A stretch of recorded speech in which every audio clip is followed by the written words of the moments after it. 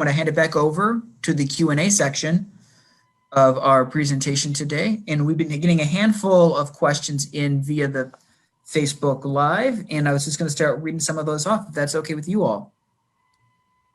Perfect.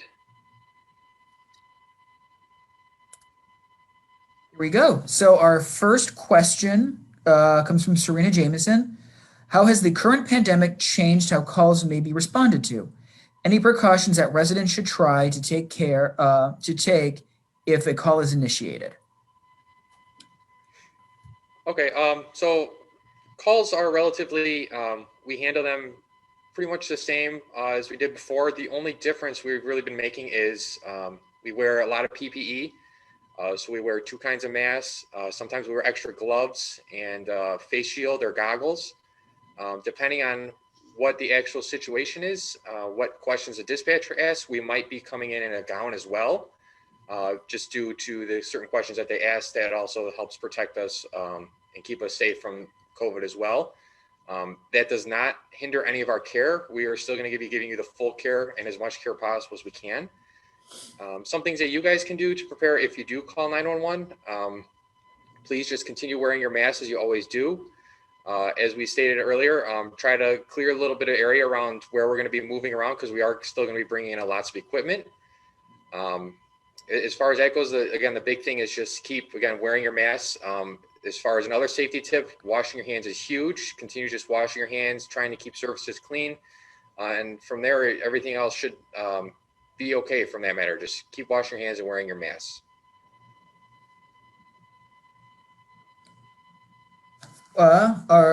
This isn't a comment, but it's a question from Sheila Baird. No questions. Just wanted to say thank you for all of you and all you do. And all that you are prepared to do for us each and every day. So a big thank you from a resident. We really appreciate that. Very kind, and we appreciate all of our residents as well and the support you give us. A question from Nicole Shorty. What are the most frequent calls you get in BG? So the chief touched on this in his excerpt. The majority of what we do is medical related. I think the stats, and he read it, we're about 65% of our calls are medical calls, and to reiterate, we're all paramedics. So that actually is the bulk of our workload is ambulance calls, and those medical concerns are really across the gamut. Strokes, heart attacks, medical concerns, infections, all the way to falls and trauma and car accidents. So it really sort of any medical issue you can think of, we've been to. And then on the fire side, that other component, and this is something the chief also mentioned, carbon monoxide alarms. People smell something in their house, they're not sure what it is, all the way up to full-blown structure fires, where we're having to extinguish a fire. So, I mean, one of the uniquenesses of this job is you never know what you're coming into every day. There's really no routine in terms of calls, and you may, guys or gals that have been on for 15 years may, you hear them say all the time, man, I've never seen that before. So it really is widespread. But yeah, to answer the question directly, it's medical issues. All across the board is what we're responding to most frequently. Thank you so much for that question. We have another, Nicole Shorty also asked a question about the COVID-19 protocols, but you've already answered that question previously. And she also thanks you for all of your frontline work. Yeah. One other thing I was going to add about the changes in our procedures with COVID. We typically would enter a home, say for a medical emergency, with 3 to 5 paramedics. With COVID, we're entering with 1, usually, and assessing the severity of the call and the infection risk, a decision on how many other staff we need. So if you've called us before and you've seen us come in, one other change you might notice is that the initial entry, it's just going to be a single medic entering it first to assess the situation, and then we'll decide what we need from there. We have some pre-submitted questions that I'll be asking right now, but I also remind everyone, if you've got questions for our fire department, feel free to post them. One of the pre-questions: why does a fire engine follow an ambulance on an EMS call? So as my partner just stated, typically on an ambulance call, we get 3 to 5 paramedics to the scene, regardless of what the call is. So the reason the fire engine follows is typically exactly for that, for extra personnel on the scene. Somebody falls, we need a couple extra people to help get him back up, or we have a severe trauma injury and we need extra people, just extra hands in there to help control the situation. That's the main reason a fire engine follows, is just so that we have those extra people there so that we can continue providing the greatest care without having to worry about running out of personnel that we have to help you guys. And I think one thing that helps folks picture this is, if we have a large individual that's having a medical emergency in like a second floor bathroom, it's incredibly difficult to render that care and move them down to the ambulance. And it takes far more than 2 people. So we staff and respond as though it's a really severe. We'd rather be over prepared and gate back than be surprised and need to gate up in our response. But really moving people is a huge reason we respond with that much staff, because if you have a 190-pound individual in a second floor bedroom that's having a heart attack, it's very involved getting them downstairs to the ambulance. We have another question from the chat from Serena Jameson again. Are there any comments or concerns for the upcoming season? Are there typical issues you see that ramp up based on cold weather that are possibly preventable by citizens? That's a very good question. If you could just give us a second or think about that. Yeah. So, I mean, any medical professional knows that, like, seasonally things gate up and down. So like this time of year, fall, a couple things that come to my mind are children with like croup. So we see more, and that's just one small example, but kids with infections that may be more serious from a respiratory standpoint. Also, with people starting their furnaces, there's usually more like CO concern this time of year. In terms of the preventable question, I guess the latter issue I mentioned there, which is make sure you're getting your furnace inspected and make sure you're testing it out appropriately in the fall. That's a really common thing that we see. Get vaccinated for the flu. I mean, it's a really basic thing. I know there's a lot out there right now, but the flu vaccine, it's not 100% effective, but it is helpful, and it really can assist in allowing people to stay healthy. But there's nothing, that really pops off the page for me seasonally. I mean, obviously once it gets cold, we're dealing more with cold emergencies, people being outside, and vice versa. In the summer, we have more heat emergencies. Just to quickly piggyback off seasonal, as we do get into colder weather, the weather does become a little more cumbersome. So we do have snow and ice that can be on the ground. So just be very cautious while you're driving on the roadways when there is snow and ice. The village does a great job of clearing these streets, but they can only do so much when we are getting heavy snows. So again, just be careful as you're driving. Same thing when you're walking. When you're walking and it's snow and icy, take your time, move slowly, use support if you have it. If you have somebody with you, walk with them, because we do see sometimes an increase of people that do accidentally slip and fall outside due to ice and snow. So just something to be cautious of. Take your time, and there's no need to rush. Things can wait. The extra couple seconds you take just to be careful around those conditions.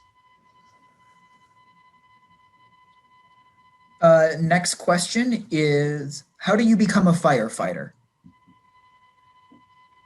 So it is, I remember when I first started thinking about being a fireman, it is a pretty scripted, involved process to get in.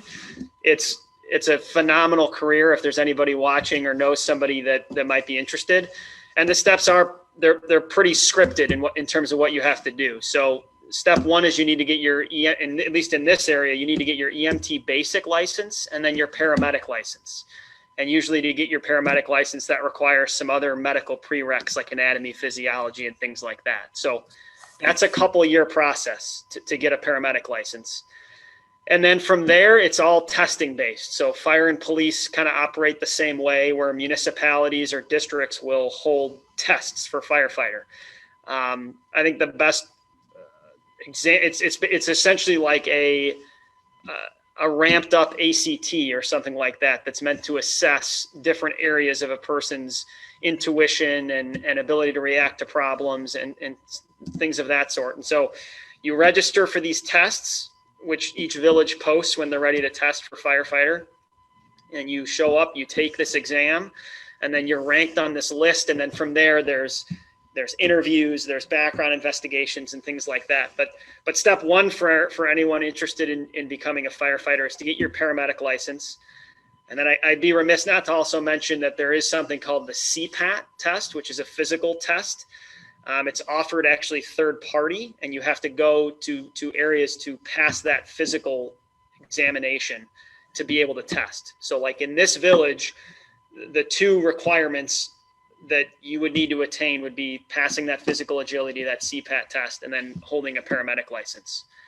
And then at least here in Buffalo Grove, you actually, at least the last testing cycle, we are still sending people to the fire academy. So we will hire someone that's a paramedic that's not a certified fireman in the state of Illinois. And then they would go away for a period of time, several months, and get their firefighter certifications and then come back on duty. That's actually the path that I went through. I was a paramedic. I was not a certified fireman when I got hired here. I was the same thing. Yep. It's exactly. So yeah, we both got hired here and went through the fire academy. Anything else you can? Oh, you touched it. Nice work. And a similar question to that is, on a personal level, why did you both become firefighters? So personally, the fire service, I'm a second generation firefighter. So that means my dad is also a fireman.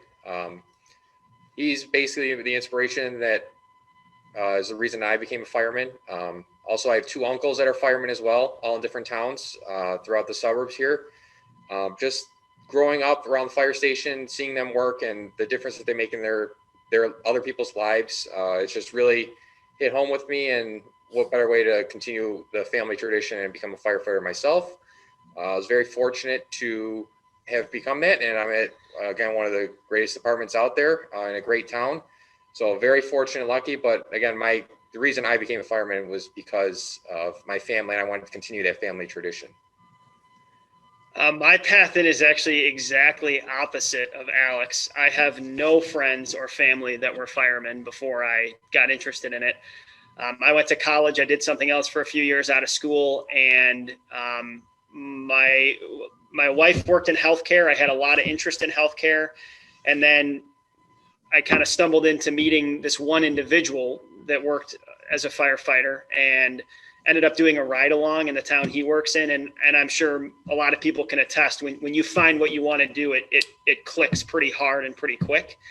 And I think, yeah, there's not a lot of frills. It's just the moment I got in a firehouse and went on a call or two, I realized that this was a great fit for my passions for service and my skill set. And yeah, that was my story. And Well, thank you both for sharing that. Another question is, what does a typical day look like? Typical day in a firehouse. Again, as we kind of touched on, there's no day that's the same, but we do have a set schedule that we do try to have certain things that we have to get accomplished each day, even with all the calls that we go on. So our shift is from 8 a.m. to 8 a.m., 24 hours.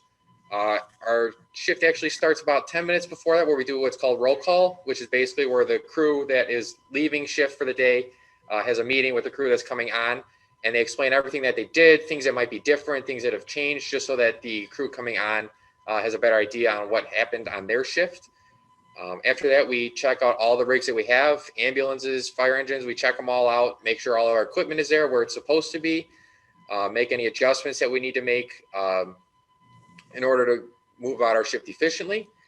After that, we go on to cleaning the station, especially with COVID. Cleaning is very big, so we decon all those common touch surfaces every day. We do any laundry that needs to be done, clean bathrooms, and all that kind of fun stuff. Depending on the day, we oftentimes move through training.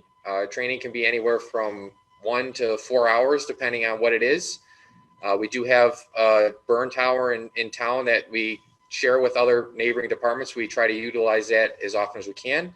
but could also go down to something as simple as our EMS coordinator giving us a PowerPoint presentation on ways to keep our skills and our knowledge base for EMS, because again, that is what our most common calls are, a way to keep our skills and knowledge up to date in that field as well. After training, time permits, as you guys saw in the video, we try to shop, and we cook lunch and dinner here because we are here for 24 hours. So then we would typically move on to cooking and eating lunch. After lunch, it's sort of dynamic on what we do each day. Sometimes we do have 2 trainings and we do a second training, or we catch up on anything that we may have missed in the morning due to calls that we go on. Also, we are allotted a time. Physical fitness is very important for us in our job. It's important for us to be in the best physical shape that we can. So we try to, we do have workout rooms in each station. We try to work out at some point while we're on shift. Again, depending on the day, it just depends on when we find time for all this stuff. And then after about that time, it's about time to start making dinner. So we cook dinner, and once we all eat dinner, everything's all cleaned up, we again do another quick clean of the station. Then the rest of the time we use to, that's again, as Chief Tubold said, we try to relax sometimes. Some guys study for tests. There might be in outside classes, but it's kind of a little bit of a free time before we get ready for bed. And again, while all that's going on, we are running to calls. Anything that could come up, we just go how we can and go from there. And again, it's a very dynamic process. Things are changing constantly. So it's very interesting. Very interesting. You got anything for that? No, you nailed it. I mean, I think it's unique for people in other careers. I mean, we live here. I mean, we spend a third of our life here. We're here every third day. So, you know, we have our own set of toiletries, our own bedding, and yeah, we're working, and we're working hard throughout the day, but we're also spending a third of our life in the fire station. So we make our, you know, it's become home for all of us. We have another comment from the chat from a Jennifer Maltis saying you guys are doing a great job. So another thank you from the community. This is more of a kind of a technical question, but we have another comment from the chat, which is from a trustee Greg Pike, which is asking how long do fire engines last in some of the other equipments and how much they may cost? That's a good question. And that is variable from agency to agency. There are some departments that it's astonishing how long they keep vehicles in their fleet, which that can, you know, some vehicles can run for a long time, but that can also be challenging if vehicles are breaking down, especially with what they're allotted for, which is responding to emergencies. Neither one of us, to be honest, would be the best person to answer this. Off the top of my head, I think, let's say a fire engine, you would likely get 7 to 13 years out of is probably about right. And an ambulance, probably somewhere in that same vicinity, maybe a little bit less. I mean, our ambulances in this town run a ton. We're busy. First of all, I think the chief covered, we run just shy of 5,000 calls a year. And one other thing that puts a lot of wear and tear on our ambulances in particular is that despite the fact that Buffalo Grove is a fairly large town, it's positioned pretty far from the hospitals. So our closest transports are Condell and Northwest Community. So it's very different for like Arlington Heights or Highland Park, let's say, those fire departments where their transports are a mile, 2 miles. Our transports are on the low end 7 miles and on the high end as much as 13. So there is, one ambulance call, the Highland Park Hospital, you're putting over 20 miles on an ambulance. So I'm guessing our ambulances, the shelf time is probably a little bit shorter than some other communities. And this is something too that we can get some concrete numbers for the chat, and we'll be able to post it in the comments of this video on the Facebook page when it's done. And then there was a question on pricing. And that's which is also not, we're two fairly junior members here that don't make these decisions, but I know a lot of people are curious about that sort of thing. I think an engine these days is running somewhere from 400 to 700,000, and let's say a tower ladder, like a huge truck with 100 foot ladder with a basket on the end, those are typically over like $1 million. And I know that can sound astonishing when you're not working with them, but it is pretty unbelievable what these vehicles can do and what we ask them to do perfectly. I mean, there's not room for error. I mean, if we show up to a fire with a truck, we have to know that the hydraulic system, the aerial ladder, everything is going to work, because that's not a convenient time to find out there's a malfunction. So there's a lot of redundancies built in, and it's amazing how expensive they are, but it's also unbelievable what these vehicles can do and what we ask of them on a weekly basis. So. And this is something else too that we can post in the comment section after the video, as well as some more firm numbers. I want to ask everyone one more time, because we're kind of coming up on our time allotment. If you have any other questions, please free to put them in the chat. And while we wait for that, just kind of one last question for you both is just kind of any final thoughts of information you think it's important for residents to know about the work you do as firefighters and paramedics, and the work that the fire department does for the residents and businesses of Buffalo Grove. I mean, I think the first part, the appreciation means a lot to us. Like, even in this, people showing appreciation, and we have residents come up all the time thanking us. We also thank you. Like, we love this community. We view it as our own, and the residents here are great, and we're appreciative for the support we get, the funding we get, the staffing we get, and the fact that we feel like we are positioned to provide top-notch emergency services. So we're thankful for that. Maybe a quick COVID just reminder is, please, wear masks. And I know it sounds so simple, but if you are sick, please quarantine, please stay home.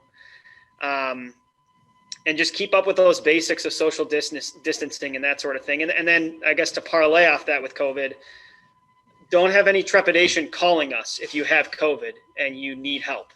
I know I've heard people say, well, I have COVID-19 and I don't want to expose these responders. Look, we have the protective equipment we need. We have the training we need to take care of you. So we have your back during this pandemic. So if you need us, call us. I just want to, the first thing we touched on, the appreciation we have for you guys as well. I know, like he said, we get multiple people that come up and tell us how much they appreciate us. As I stated, I've been around the fire service my entire life. I've seen countless departments, and I can truly say that this is perhaps one of the towns that loves their fire department the most, and that really means a lot to all of us. We can't thank you all enough for that. The support we get is truly, we can't express how much we do appreciate it. It's something I've never seen. Again, I am junior here, but again, I've been around this for my entire life. Something I personally have never seen. And again, I'm so happy and blessed to be working and serving you guys. And I hope that I can continue doing this for my career. And again, just thank you guys all so much for supporting us the way that you guys do. And thank you so much for participating and sharing your insights with us today.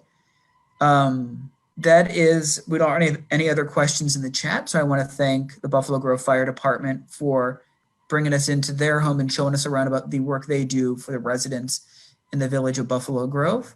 And then I remind everyone that we'll be back here next week at 1:00 with a focus on the Community Development Department and Economic Development. So without that, thank you so much, and I'll see you all next week.